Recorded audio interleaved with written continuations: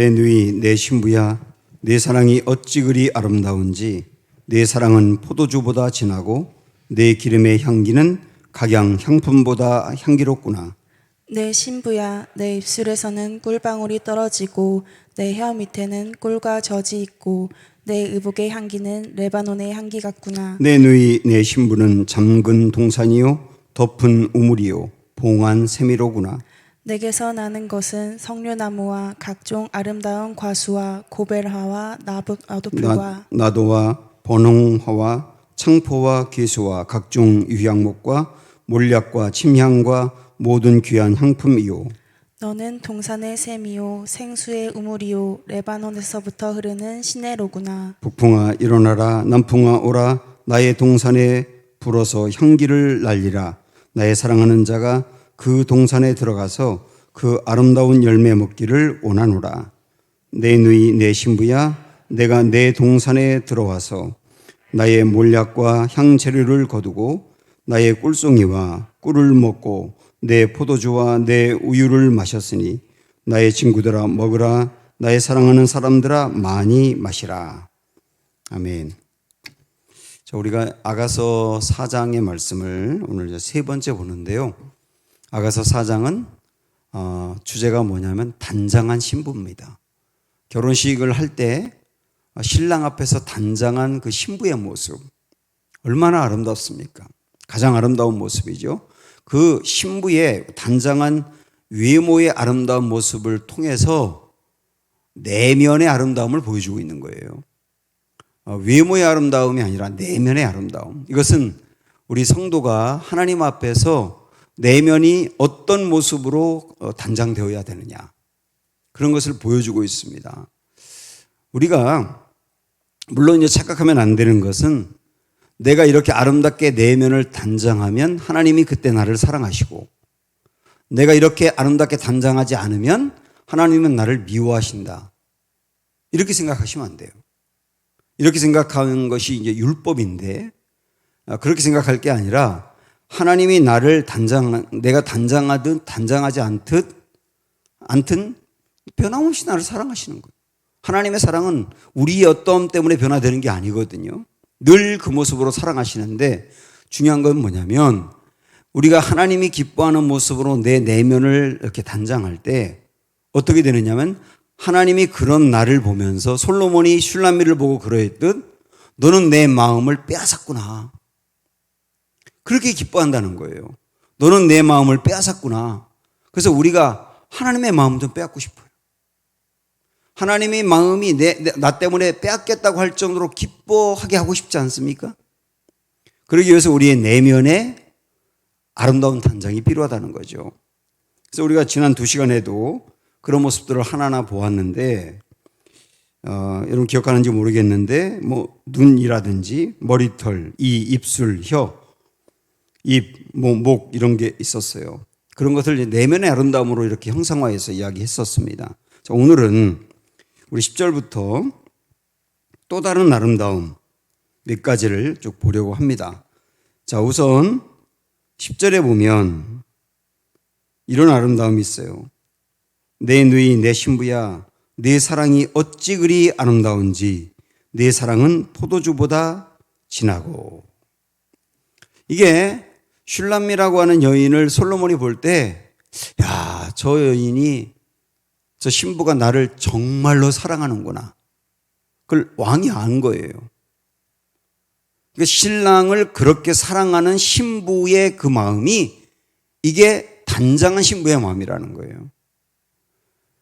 우리와 하나님과의 관계로 본다면, 우리가 하나님을 정말로 사랑하는 마음, 정말로 사랑하는 게 정말 아름답게 나를 단장하는 것이 된다는 겁니다. 여러분 그거 아세요? 하나님도 우리로부터 사랑을 받고 싶어 한다는 거. 하나님은 우리에게 무조건적인 사랑을 주세요. 근데 무조건적인 사랑을 주지만 우리로부터 사랑받는 것을 기뻐하는 거예요. 당연하지 않습니까? 제가 요 근래 제 아내를 이렇게 보면서 제가 이런 생각했어요. 아, 내 아내가 나를 정말 사랑하는구나. 그걸 딱 느끼면서 제 마음이 그렇게 좋더라고요. 내가 사랑받는다고 생각할 때 정말 좋은 거거든요. 사랑이라고 하는 것은 쌍방간에 이루어지는 거예요. 하나님은 우리를 일방적으로 사랑하기도 하지만 우리로부터 사랑을 받을 때 정말로 기뻐하신다죠. 부모들도 그렇습니다. 부모들이 자녀에게 무조건적인 사랑을 그냥 무한정 베풀지 않습니까? 그러나 자녀가 부모를 사랑하는 것을 볼 때 그렇게 기쁜 거예요.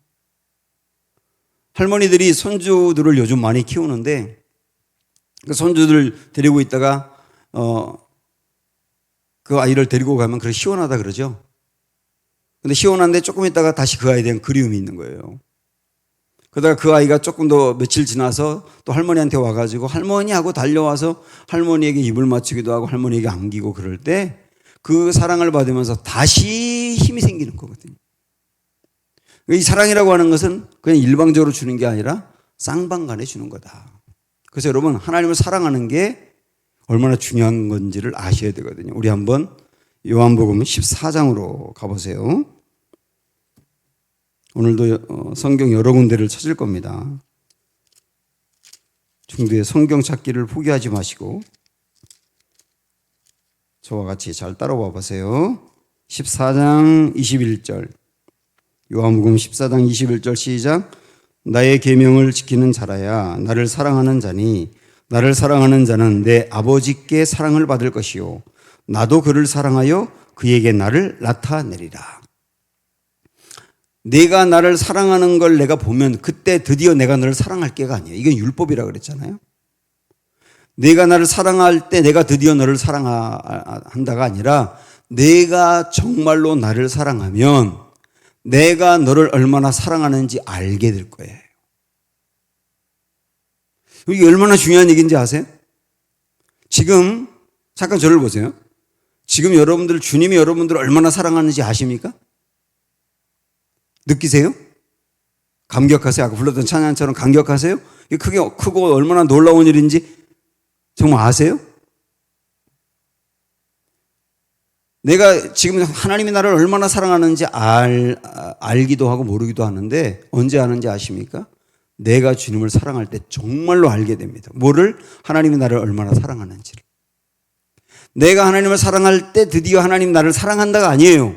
하나님은 늘 언제나 나를 사랑하세요. 그런데 내가 정말로 주님을 사랑할 때 주님이 나를 얼마나 사랑하는지를 그때 알게 된다고요.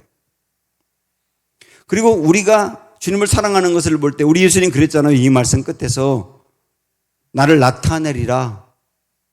내 마음을 너에게 다 보여줄게요. 네가 나를 사랑하는 걸 내가 보면 나의 마음을 너에게 다 보여줄게. 그 말은 뭐냐면 하나님이 나를 정말로 얼마나 사랑하는지 다 알게 될 거야. 그 얘기예요. 하나님 나를 그렇게 사랑하는지 알면 우리는 되거든요. 그거 진짜 알면 거기 회복이 있거든요. 그거 진짜 알면 용기가 생기거든요. 그거 진짜 알면 내가 지금 삶이 고난이 많고 광야 같고 정말 힘들고 어려워도 일어설 수 있거든요. 하나님이 나를 얼마나 진짜 사랑하는지 알게 되면 그리고 하나님을 사랑해 보세요. 그 사랑 알게 됩니다. 자, 이번에는 잠언서 한번 가보십시오. 아가서 조금 앞에 잠언서 8장 17절 919쪽. 성경을 찾을 때는 좀 서둘러 찾을 필요가 있어요. 손가락을 막 빨리 하게 하면서. 그것도 습관 좀 들여보세요. 자, 잠언서 8장 17절 다 같이 시작. 나를 사랑하는 자들이 나의 사랑을 입으며 나를 간절히 찾는 자가 나를 만날 것이니라. 이게 똑같은 말씀이거든요. 잘 보십시오. 나를 사랑하는 자들이 나의 사랑을 입는데요. 역시 똑같이 우리가 하나님을 사랑하지 않으면 하나님의 사랑을 입지 못하느냐? 그건 아니에요. 사랑을 받지 못하느냐? 그건 아니에요. 그러나 내가 정말 주님을 사랑할 때 주님이 나를 얼마나 사랑하는지 그 사랑이 나를 덮는다는 거잖아요. 입는다는 말은 덮는다는 거잖아요. 하나님이 나를 얼마나 사랑하는지 그 사랑에 내가 그냥 덮여버린다는 거예요. 언제? 내가 주님을 사랑할 때 그걸 안다는 겁니다. 하나님의 사랑으로 내 삶이 꽉 세워지는 거예요. 그러면 절대로 다른 사람하고 비교하지 않거든요. 절대로 나보다 잘 나가는 사람 앞에 주눅들지 않거든요. 그리고 그 앞에서 내가 비굴하다고 생각하지 않거든요. 그 하나님의 사랑이 나를 덮는데, 하나님이 나를 이만큼 사랑한다는 걸 내가 정말 아는데 거기에 나를 사랑하게 되고 자존감이 든든해지게 되거든요. 그래서 우리가 내면의 아름다움은 뭐냐? 내가 내면에 단장해야 될 것은 뭐냐? 하나님을 사랑하는 거다. 여러분, 하나님 사랑하기를 사모하시기 바라고 하나님의 사랑으로 충만해지셔야 됩니다. 또 하나, 오늘 보려고 하는 두 번째, 우리 단장해야 될 것이 뭐냐면 내 안에서 주님의 향기가 나오는 겁니다. 주님의 향기가. 자, 다시 우리 10절로 또 갔습니다. 본문 말씀 4장 10절 다 같이 보세요. 시작. 내 누이, 내 신부야, 네 사랑이 어찌 아름다운지, 네 사랑은 포도주보다 진하고, 그 다음부터 더 큰 소리로 같이요. 시작. 네 기름의 향기는 각양 향품보다 향기롭구나 그랬습니다. 이 신부에게서 향기가 나는 거예요. 아름다운 향기가 나는 거예요. 그렇지 않습니까? 신부에게서는 향기가 나잖아요. 그 향기에 이 솔로몬이 취하겠다는 거예요. 그 향기가 나오는 거죠. 성도는 향기가 나는 사람인데, 사실 그 냄새라고 하는 것은요, 후각이라고 하는 것은 가장 오랫동안 기억하는 부분이거든요. 우리가 눈으로 본 거는 시간이 지나면서 잊을 수가 있고, 귀로 들은 것도 잊을 수가 있는데, 냄새로 자극을 받았던 것은 오랫동안 기억하거든요. 그래서 심지어는 10년 전에 맡았던 냄새를 10년 후에 맡아도 그 냄새를 기억해요. 가장 오랫동안 기억나는 게 이게 후각이거든, 냄새거든요. 그리고 냄새라고 하는 것은 숨길 수가 없는 거예요. 눈으로 보는 것은 안 보면 돼. 눈을 감으면 안 보면 돼. 귀도 막으면 돼. 근데 냄새는 숨길 수가 없는 거예요. 향기도 숨길 수가 없다는 거예요. 내게서 나오는 그리스도의 향기도 숨길 수가 없다. 그래서 다 안다. 만약에 말입니다, 여러분이 직장을 10년 동안 다녔는데, 여러분이 다니는 10년 동안 직장에서 여러분이 크리스찬인 것을 몰랐다? 회개하셔야 돼요. 내가 크리스찬입니다라고 말하지 않아도 알 수가 있어요. 왜냐하면 내게서 그리스도의 향기가 안 나갈 수가 없거든요. 향기는 숨길 수가 없거든요. 그런데 전혀 몰랐다 그러면 여러분이 향기가 안 나간 거예요. 향기는 숨길 수가 없는 거예요. 그래서 우리에게서 향기가 나가야 되는데, 여기서 향기 그러면 보통 이렇게 생각합니다. 그리스도의 향기가 내게서 나가야 돼. 그러면 예수님처럼 내가 선하고, 그리고 바르고, 의롭고, 정직하고, 어려운 사람들을 돕고, 도덕적으로 깨끗하고, 이런 것을 주로 생각하게 될 가능성이 많습니다. 그것도 향기 맞습니다. 그런데 우리가 반드시 나타내야 될 향기가 어떤 것들이 있냐면 이런 향기가 있어요. 고린도후서 한번 2장으로 가보실까요? 고린도후서 2장 14절.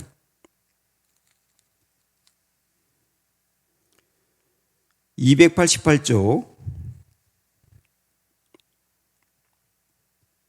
고린도후서 2장 14절부터 16절까지, 여기에 이런 향기가 있다고 생각하고 보십시오. 14절 다 같이 시작. 항상 우리를 그리스도 안에서 이기게 하시고 우리로 말미암아 각 처에서 그리스도를 아는 냄새를 나타내시는 하나님께 감사하노라. 바울이 그러는 겁니다. 우리를 통하여 그리스도를 아는 냄새가 나간다. 그리스도를 아는 냄새가 나간다. 그래서 우리를 통하여 그리스도를 아는 냄새가, 이건 쉽게 얘기하면 그리스도의 향기가 내게서 나간다. 그것 때문에 감사한다는 거예요. 그런데 그 다음은 잘 보세요. 15절 보시면 우리는 구원받는 자들에게나 망하는 자들에게나 하나님 앞에서 그리스도의 향기니. 그러니까 우리에게서 나가는 이 그리스도의 향기라고 하는 게 구원받는 사람, 다시 말하면 그리스도인들에게도 이 향기가 나타나가지고 그들이 이 향기를 맡게 돼요. 같은 교인들도 내게서 그리스도의 향기가 나오면 그걸 맡게 된다고요. 안단 말입니다. 분명히 안다고요. 그런데 그리스도인만 아는 게 아닙니다. 그 다음 또 누구도 안다 그랬어요? 망하는 자들에게나 그랬지 않습니까? 망하는 자들이라고 하는 것은 이건 구원받지 못한 사람들, 하나님을 모르는 사람들을 말하거든요. 하나님을 모르고 구원받지 않은 사람들도 내게서 나가는 그리스도의 향기를 안다는 거예요. 여기까지 보면 믿지 않는 사람도 회사 같은 데서 야, 저 사람 이제 교회 집사라고 하는데 야, 저 사람 참 우리하고 달라. 참 저 사람 참 선하고 좋은 냄새가 나. 그런 의미가 아니에요. 여기서 말하는 게. 그런 의미가 아니라고요. 그러니까 여기서 말하는 향기는 어떤 은은한 은연중에 직접적으로 대놓고 말하진 않지만 은연중에 그래도 봉사도 많이 하고 착하고 그래서 이 냄새가 아주 은은히 나는 향수처럼 그렇게 나타나서 믿지 않는 사람도 저 사람은 그리스도인이냐 이렇게 한다는 개념이 아니에요. 그런 향기를 말하는 게 아니라고. 그 다음 16절을 보면 명확히 알 수 있습니다. 이 향기가 어떤 것인지.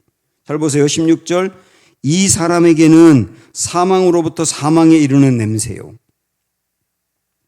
이 사람에게는 이라고 하는 말은 15절에서 누구를 말할까요?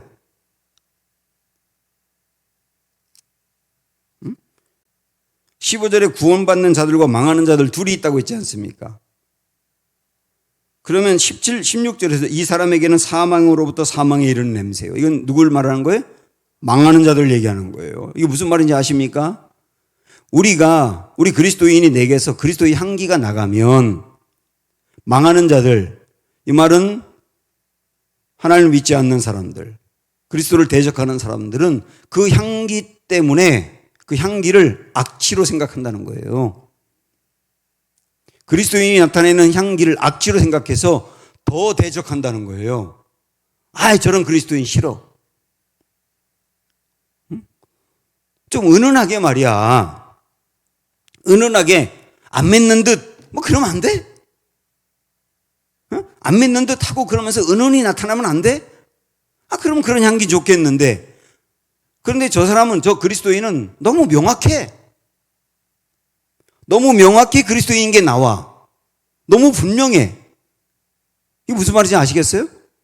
숨기지 않는 그리스도인의 모습이 있다는 거예요. 숨기지 않는 그리스도인의 모습을 보고 망하는 자들은 어떻게 하느냐면 대적한다는 겁니다. 그 향기를 대적한다는 거예요. 그래서 어떻게 되느냐면 갈수록 사망으로 더 간다는 거예요. 여러분 이게 무슨 말씀인지 이해가 되셨어요? 그러니까 그리스도인들이 나타내는 향기가 은은한 향이 있다고요. 은은한 향. 그리스도인인 것을 거의 드러내지 않으면서 아주 은은하게 도와주고 이렇게 옆에서 해가면서 우리는 그렇게 해가면 은은하게 도와주면 다른 사람들이 거기에 감동받아서 교회도 나올 것 같고 그렇다고 하지만 그렇잖아요. 명확한 향기, 명확한 향기. 향수 중에서도 아주 분명한 향이 나는 향수.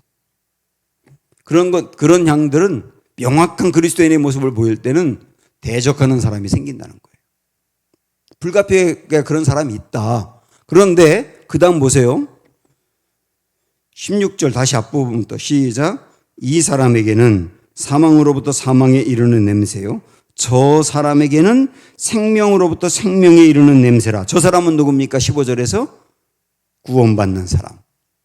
구원받는 사람, 그 말은 뭐냐면 교인들, 그리스도인들이죠. 그 그리스도인들은 내게서 나가는 명확한 그리스도의 향기를 보면서 오히려 더 그 향기 때문에 더 생명으로 깊이 들어간다는 겁니다. 더 신앙생활을 분명히 하게 되고 더 주님을 깊이 사랑하게 되고 내게서 나가는 향기 때문에 영향을 받아가지고 더 분명히 신앙생활을 하게 되고 흐리멍텅하게 했던 신앙생활을 버리고 뚜렷하게 주님을 믿게 된다는 거예요. 이해가 되시죠? 우리 교회에서도 아주 명확하게 신앙생활, 이 그리스도인의 향기를 나타내는 분들이 있어요. 명확하게. 그분은 보면 누가 봐도 틀림없이 기독교인이야. 숨기지 않아요. 타협하지도 않고. 그럴 때 그 향기를 본 다른 교인들이 그 향기에 강하게 취해가지고 더불어 깊은 생명 속으로 간다. 주님을 더 사랑하고 더 헌신하고 더 뚜렷한 신앙생활로 나아가게 된다. 자기가 이렇게 신앙생활하면 안 되는 거구나 이거. 분명히 신앙생활 해야지. 그래서 분명한 향기를 나타내는 사람은 어떤 사람은 강하게 세워지고 어떤 사람에게는 반대도 받고 대적도 받는다. 그런 얘기죠. 그래서 우리가 아까 우리 찬양도 권사님 거 불렀지만 우리가 신앙생활하면서 조롱을 받을 수 있어요. 이런 거 괴로워하지 마십시오. 세상에 망하는 이들로부터 내가 조롱을 받는 건 당연한 거예요.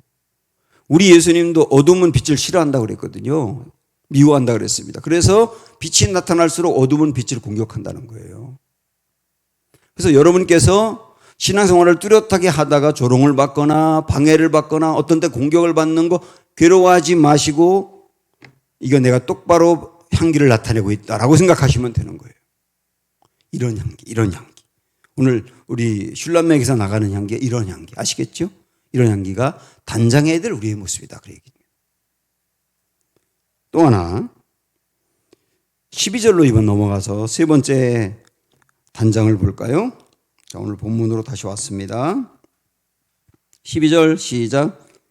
내 누이 내 신부는 잠근 동산이요 덮은 우물이요 봉한 세미로구나. 세 가지가 나와서 잘 보십시오. 이게 무엇을 말하는지. 자, 잠근 동산. 동산인데 아름다운 동산인데 잠겨 있답니다. 그 말은 뭘까요? 아무에게나 보여주지 않는 거예요. 자, 그 다음에 덮은 우물은 뭡니까? 물이 나오는 우물입니다, 분명히. 근데 그 우물이 덮여 있어요. 그 말은 뭘까요? 아무에게나 주지 않는다는 거예요. 그 다음에 봉한 샘이라고 하는 것은 거기에 아주 생수가 흘러요. 생수가 흐르는데 봉에 있어. 그건 아무나 마시게 하지 않는다는 거죠. 자, 이게 아름다운 내면의 단장이라고 말할 때 무엇을 의미하는 것 같으세요? 잠근 동산이요 덮은 우물이요 봉한 샘이로구나. 어떤 모습을 얘기하는 것 같으세요? 슐람미가 그 모습을 보면 정말 동산같이 아름다워요. 그런데 그거를 헤프게 아무에게나 보여주지 않는 거예요. 그의 속에 우물같이 생수가 나와요. 샘도 생수고 우물도 생수죠. 생수가 나오는데 그것을 아무에게나 마시라고 하지 않아요. 솔로몬에게만 마시라고 하는 겁니다. 뭘 얘기하는 것 같습니까? 정조를 말하는 것이죠. 정조.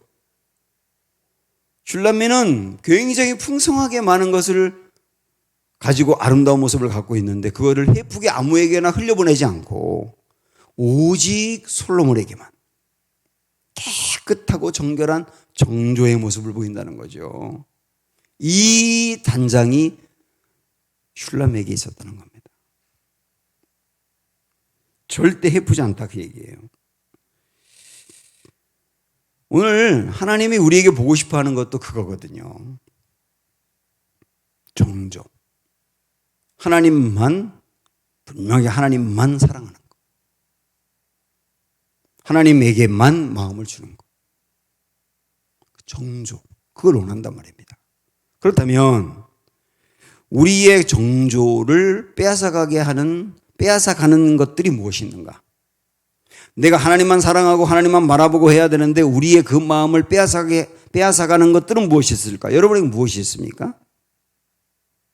성경을 보면 구약시대 때 이스라엘 백성들이 하나님만 사랑해야 되는데 그 정조를 빼앗아가는 것들이 있고요. 신약으로 넘어오면 조금 핵심적인 내용이 다른 것을 볼 수 있어요. 그 구약은 뭘까요? 하나님을 사랑하고 하나님만 바라보는 정조를 빼앗아가는 구약시대 때 가장 대표적인 것들은 우상숭배입니다. 우상숭배예요. 이스라엘 백성들이 항상 무너지는 원인이 우상숭배고 그리고 하나님만 사랑하지 못하도록 하는 것도 우상 때문이거든요. 대표적으로 에스겔서에 그런 거 굉장히 많이 나오는데 그중에 그냥 찾지 않고 여러분이 알만한 말씀 하나 말씀드리면 에스겔서 16장에 보면 하나님이 이스라엘 백성들을 얼마나 사랑했는지를 이렇게 비유로 말씀하세요. 어떤 아이가 길바닥에 버려져 있는 것을 봤어요. 근데 이 아이가 버려졌는데 배꼽줄도 자르지 않았어요.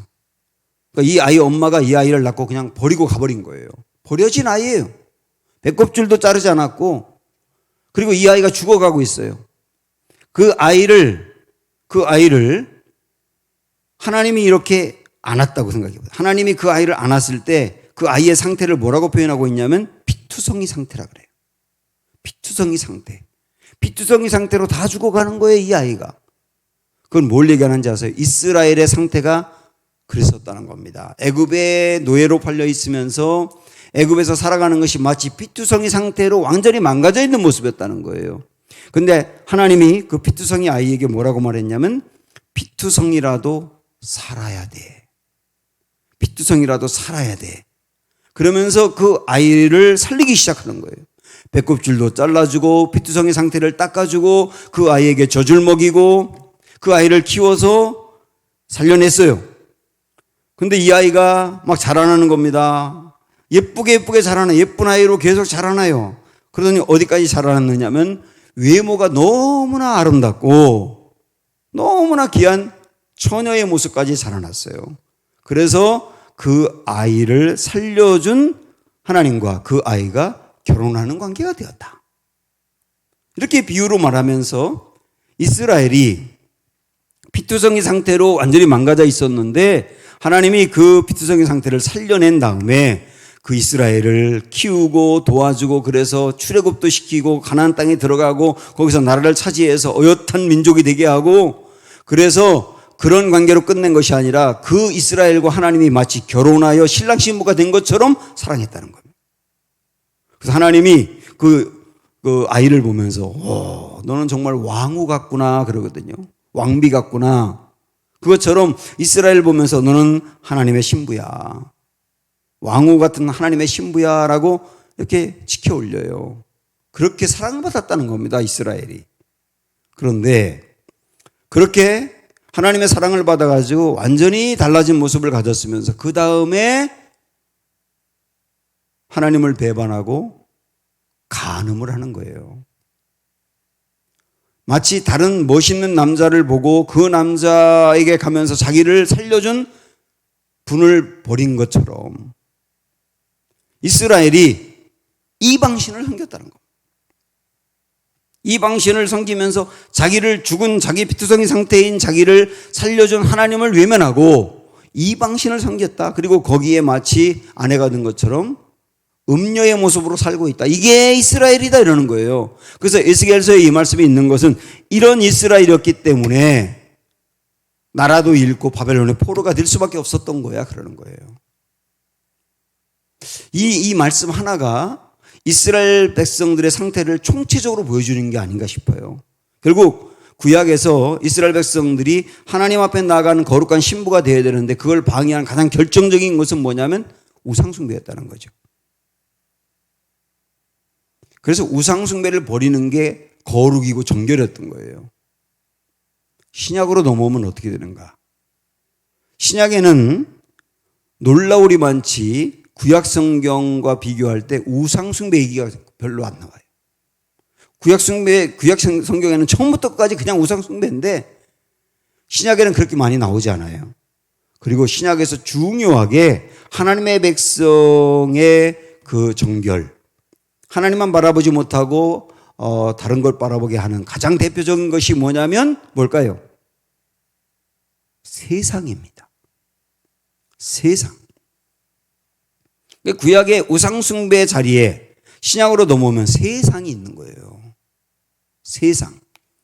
대표적으로 요한일서 2장 같은데 육신의 정욕, 안목의 정욕, 이생의 자랑 그 이야기를 하는 대목에서 그럼 뭐라고 거기서 이렇게 말씀하고 있냐면 야고보서 2장 15절에서 이렇게 말씀합니다.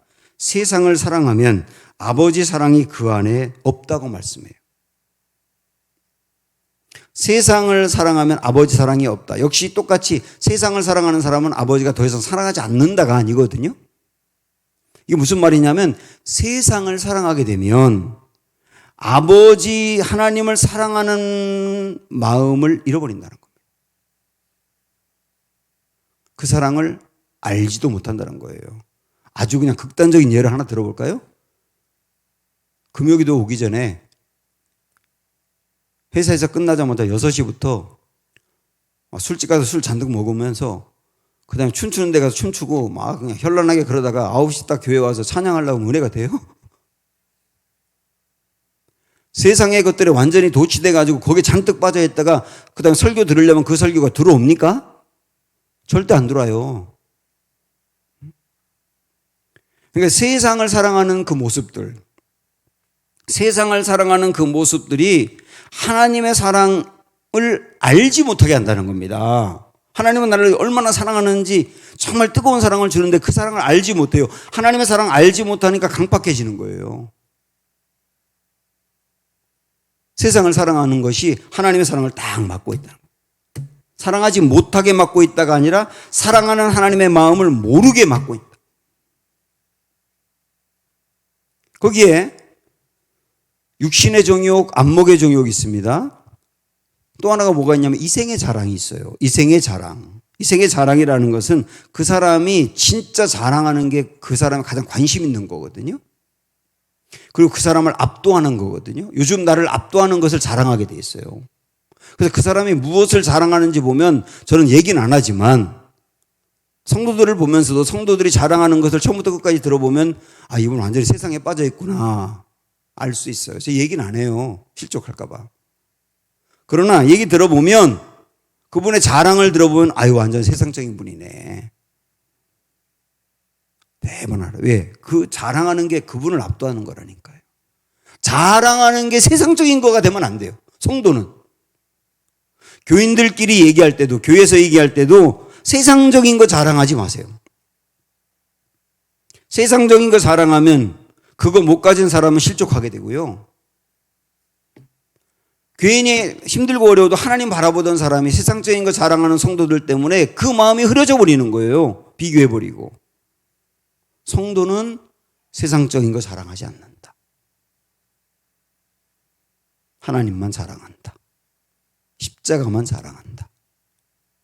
하나님이 내게 요즘 얼마나 놀랍게 역사하고 있는지, 하나님이 나를 얼마나 사랑하는지, 요즘 그걸 깨달았어요. 이런 건 자랑해도 돼. 세상적인 건 자랑하지 마세요.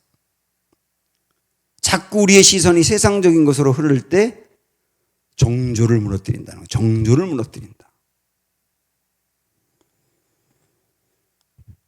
자, 이게 세 번째였어요. 마지막 하나. 자, 15절로 갑니다. 시작. 너는 동산의 샘이요 생수의 우물이요 레바논에서부터 흐르는 시내로구나. 세 가지가 나와 있는데 결국 하나를 말합니다. 뭘 말합니까? 뭐가 충만하다는 거예요? 네? 샘, 우물, 시내 다 뭘 말하는 겁니까? 물이죠, 물. 물이 충만하다는 거예요. 이 슐람미에게서 물이 충만하다. 근데 내면에 물이 충만하다는 얘기니까 뭘 얘기할까요? 우리 조금 확대해서 해석할 수 있어요. 충분히 이 말씀은. 성도에게서 물이 충만하다 그 말은 성경에서 몇 가지 중요한 어떤 그 상징적으로 연결되는 부분도 있어요. 예를 들어서 구름 그러면 하나님의 임재. 그런 거 상징하잖아요. 그 물, 생수는 무엇으로 상징을 많이 하느냐면 성령으로 상징을 많이 합니다. 구약도 그렇고 신약도 그렇고. 그러니까 물이 이 슐람미 여인의 내면에 물이 충만하다라고 하는 말은 성령으로 충만하다. 이렇게 해석해도 충분히 괜찮다. 우리 예수님도 요한복음 7장에서 생수가 넘쳐 흐를 거다. 내게로 나오는 자는 생수가 넘쳐 흐를 거다. 근데 그 생수는 성령을 두고 하는 말이다라고 해석했지 않습니까? 지금 우리가 지난 2번의 시간과 오늘과 함께 3번의 시간에 걸쳐서 내면의 그 아름다움들을 쭉 얘기하고 있어요. 우리가 하나님 앞에서 사랑받는 그 아름다운 내면들의 모습이 무엇인지를 얘기하는데 여러분 모르는 분이 누가 있겠어요. 그리고 원치 않는 분이 누가 있겠어요. 근데 다 알기도 하고 바라기도 하는데 안 되기 때문에 문제지 않습니까? 마지막에 이게 나와 있는 것은 주님이 기뻐하는 내면의 그 아름다운 모습을 갖게 하는 그 힘은 성령에서 나온다는 거예요, 결국. 물이 충만하다? 성령이 충만한 사람은 결국 내면의 아름다움을 갖게 돼 있다는 거죠. 그래서 당연히 갈라디아서 5장에서 거기서 하나님이 기뻐하는 성령의 열매는 하고 나온 것들이 다 내면의 아름다움이지 않습니까? 사랑, 희락, 화평, 오래 참은, 자비, 양선, 충성, 온유, 절제. 성령에 충만한 그 모습들은 이런 내면의 아름다움을 두루두루 갖게 만든다 그 얘기예요. 뿐만 아니라 이 내면의 아름다움은, 그러니까 이 성령으로 충만하여서 갖는 내면의 아름다움은 반드시 어떻게 흐르는지 아세요? 우리는 성령에 충만한 그러면 내적으로 내적으로 평안하고 내적으로 기쁘고 이렇게 생각만 하고 있는데 절대로 여기서 끝나지 않습니다. 내면의 아름다움은 흘러가요. 흘러가서 반드시 열매를 맺게 돼 있습니다. 오늘 그걸 보여주고 있거든요. 자, 다시 말씀으로 오셔서 13절, 14절. 이게 15절하고 연결되는 말씀이거든요. 자, 보세요. 13절, 14절 시작. 내게서 나는 것은 뭐랍니까? 석류나무와 각종 아름다운 뭐래요? 과수와 고벨화와 나도풀과 나도와 보농화와 상포와 개수여와 각종 유향목과 몰약과 침향과 모든 귀한 향품이요. 내게서 그런 것들이 나온다. 내면에 그 성령으로 충만한 사람에게서 나오는 게 뭐라는 겁니까? 과실이라는 거예요. 과실. 과실이라고 하는 말은 다른 사람을 유익하게 하고 다른 사람을 먹이고 다른 사람을 살리는 것이죠. 그래서 성령의 충만은 내 개인을 예수님의 성품으로 변화시킬 뿐만 아니라 이것이 흘러 다른 사람을 살리고 다른 사람을 먹이는 단계로 흘러가게 되어 있다는 겁니다. 결국은. 그래서 우리 에스겔 말씀 오늘 마지막으로 한 번만 더 볼게요. 에스겔 47장. 에스겔이 48장까지 있는데 47장 바로 앞에 있는 12절 말씀 봅니다. 1228쪽.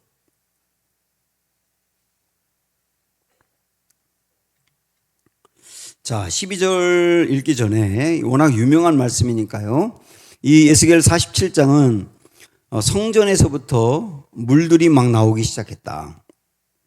근데 그 물들이 점점 이렇게 증가하더니 그걸 재보니까 발목 정도 오던 물이 무릎 정도 오다가 허리 정도 오다가 온몸을 덮을 정도로 창이란 물이 되었다. 근데 여기서 말하는 물은 성령을 말하는 거죠. 성령이 한 사람을 완전히 지배하는 걸 말합니다. 여기 충만하게 머리까지 덮었다는 말은, 근데 거기서 끝나지 않고 그 물이 계속 흘러가더니 결국 어떻게 되느냐? 성령 충만은 여기까지 가야 된다는 거죠. 12절 다 같이 시작.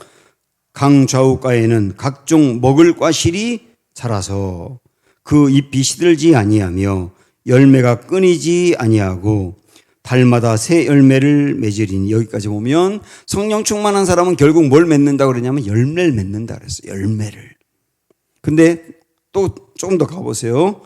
맺으리니 다음에 이어서 시작. 그 물이 성소를 통하여 나옴이라. 그 열매는 먹을 만하고 그 잎사귀는 뭐라고 그랬어요? 약재료가 되리라 그랬어요. 그 잎사귀는 약재료가 되리라 그 말은 치유를 말하지 않습니까? 그 성령 충만은 한 사람을 완전히 덮어서 예수님의 성품을 갖게 할 뿐만 아니라 이것이 흘러 넘치고 넘쳐서 충만하면 항상 넘치게 돼 있잖아요. 넘치고 넘쳐서 그것을 과일같이 열매를 맺어서 다른 사람을 유익하게 만들고 그 다음에 약재료가 나와서 다른 사람을 치유하는 단계로 간다.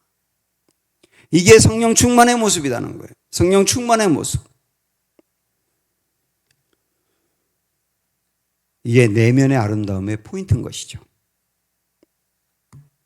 이 열매는 우리 오늘 아가서 와서 이번에 5장 1절로 마지막 읽겠습니다. 이 열매는 어떤 열매냐? 5장 1절 시작. 내 누이 내 신부야, 내가 내 동산에 들어와서 나의 몰약과 향재료를 거두고 나의 꿀송이와 꿀을 먹고 내 포도주와 내 우유를 마셨으니 나의 친구들아 먹으라. 나의 사랑하는 사람들아 많이 마시라. 이 열매는 여러분 저기 잘 보면 이 솔로몬에게 와서 솔로몬이 가지고 있는 것으로 열매를 맺는 거예요. 잘 보시면 솔로몬의 말이지 않습니까? 내 누이 내 신부야 하면서 내가 내 동산에 들어와서 나의 몰약과 나의 동산에 들어와서 나의 몰약과 나의 향재료를 거두고 나의 꿀송이와 나의 꿀을 먹고 내 포도주와 내 우유를 마셨으니, 그 말은 뭐냐면 솔로몬이 가지고 있는 그 좋은 것들을 나타내는 게 열매라는 거죠. 이게 다시 말하면 우리가 맺는 열매가 어떤 열매냐면 내 열매가 아니고요. 내 열매가 아니고 내게서 주님의 열매를 맺는다는 거예요. 내게서 주님의 열매, 슐람미가 솔로몬의 열매를 맺는 것처럼 내게서 나오는 열매가 어떤 열매냐면 내 열매가 아니라고, 내 열심으로 맺는 열매, 내 성품으로 나타내는 열매가 아니라 내게서 주님의 열매가 나온단 말입니다. 주님의 열매가. 그 모습이 진짜 사람들을 치유하고 회복시키는 열매가 된다는 거죠. 저도 이렇게 목사로 이제 이렇게 사역을 하면서 어떤 때는 유성열의 열매를 맺으려고 할 때가 있어요. 유성열의 열매로 성도들을 먹이려고 할 때가 있다고요. 그거는 성도들을 성장시키지 못하는 거예요. 제게서 예수 열매가 나갈 때 성도들이 성장하거든요. 진짜 열매라고 하는 겁니다. 여러분도 마찬가지, 여러분의 자녀들이나 다른 사람에게 여러분에게서 나오는 열매를 먹이면 되는데, 그 열매가 여러분의 자의의 열매, 여러분의 열심의 열매, 여러분이 갖고 있는 어떤 경험의 열매, 내가 가지고 있는 어떤 자원의 열매, 이런 것을 맺는 것으로는 살릴 수가 없어요. 내게서 예수 열매가 나와야 된다. 예수 열매가. 그게 진짜 열매다. 성령 충만할 때 그 열매가 내게서 나간다. 그 열매로 사람을 살린다. 라고 말씀해 주십니다. 이게 단장한 신부의 모습이다. 많은 거 얘기했지만 우리 다른 거 다 접어둬도 괜찮아요. 마지막 이것만 붙들고 하면 됩니다. 주님, 내 안에 다시 기도합니다. 내 안에 성령 충만해서 내 안에서 예수 열매가 나오게 하시고 그 예수 열매로 많은 사람을 세우고 살리는 그런 복된 은혜가 흘러가게 도와주십시오. 오늘 우리가 그 기도를 한번 하고 싶습니다. 먼저 찬양, 성령 하나님 나를 만지소서 부르고 기도하겠습니다.